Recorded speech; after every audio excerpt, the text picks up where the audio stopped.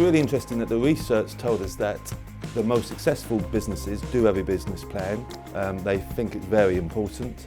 I think it was 100% of the high growth companies all had a business plan, and the vast majority of them looked at that business plan on a regular basis. It was also interesting that the low growth companies, not all of them had a business plan, and it's just interesting whether is there a correlation between growth and business plans, and there probably is.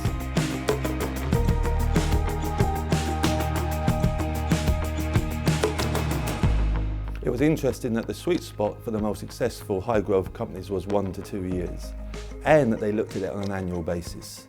They didn't do business plans for 3 years or 3 months, and they didn't change it every 3 months. It was looked at annually, but it was a plan for 1 to 2 years. What I've learned regarding business planning as the MD of Price Bailey is that I think sometimes we look too far into the future. And it was really interesting to see that the real successful companies only looked 1 to 2 years into the future. Price Bailey historically has always looked 5 years into the future and did 5-year business plans. And I love the idea that actually we should just look 1 or 2 years. There's so much changes happening, political changes, technology changes, changes which we don't even know which are going to be coming. So we should deal with the weeds growing around our feet today, deal with the issues today, and just plan 1 or 2 years in the future. And I think it's really reassuring that the successful businesses do that, and that Price Bailey should sort of replicate that and do the same.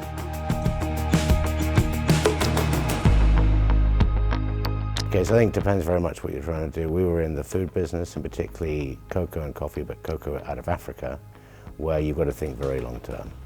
You have governments that you need to challenge and to persuade to change things that they consider to be very much theirs in something that becomes yours, and you've got to show them we're all stakeholders in the same business.